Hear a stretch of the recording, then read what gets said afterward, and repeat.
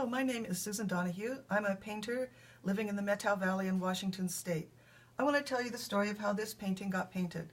It's part of a larger story about how I learned to paint in the first place. I've been painting for about 8 years after thinking about painting for decades. And I want to encourage any of you who have been thinking about painting to just go ahead and start. Find some good instruction and begin, and don't give up easily. So this painting is number 10 in a series of paintings I did of Mount Gardner. A winery in our town asked me to hang some paintings in their tasting room, and what they wanted them about 1.5 years away. So it suddenly just came into my head, do a series of 10 paintings of Mount Gardner. I can see this mountain from my house, and I see it all the time, from my dining room, from my living room, from the coming up from the basement stairs where I have my studio. So I just had to start. This painting could not have been number 1. I could not have thought of it as number 1. It's too complex, the brushstrokes are too complex, and I couldn't have abstracted it from the landscape right at first. I had to grow into this one.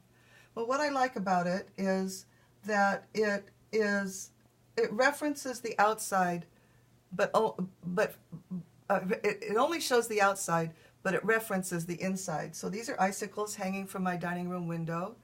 I like the extreme scale difference between the icicles and the distant mountain.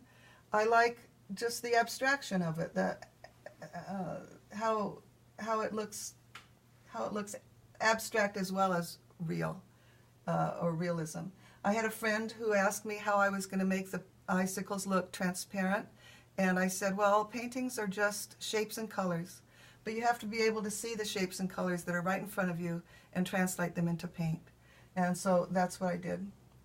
I'd like to read you a little statement I put in a notebook that I keep of things I read. I'm always reading about art and art history, and this is something John Berger said. He's an art critic, maybe you know of him, and he says, and I think it relates to this painting, sometimes a landscape seems to be less a setting for the life of its inhabitants than a curtain behind which their struggles, achievements, and accidents take place. For those who, with the inhabitants, are behind the curtain, landscapes are no longer only geographical, but also biographical and personal. So I've never seen a painting of a mountain through a veil of icicles, and if you ever see one, please let me know. You can tell me about it on my website, www.susandonahuefineart.com, or on my Facebook page. So thank you for listening, and I hope you enjoy painting and looking at paintings.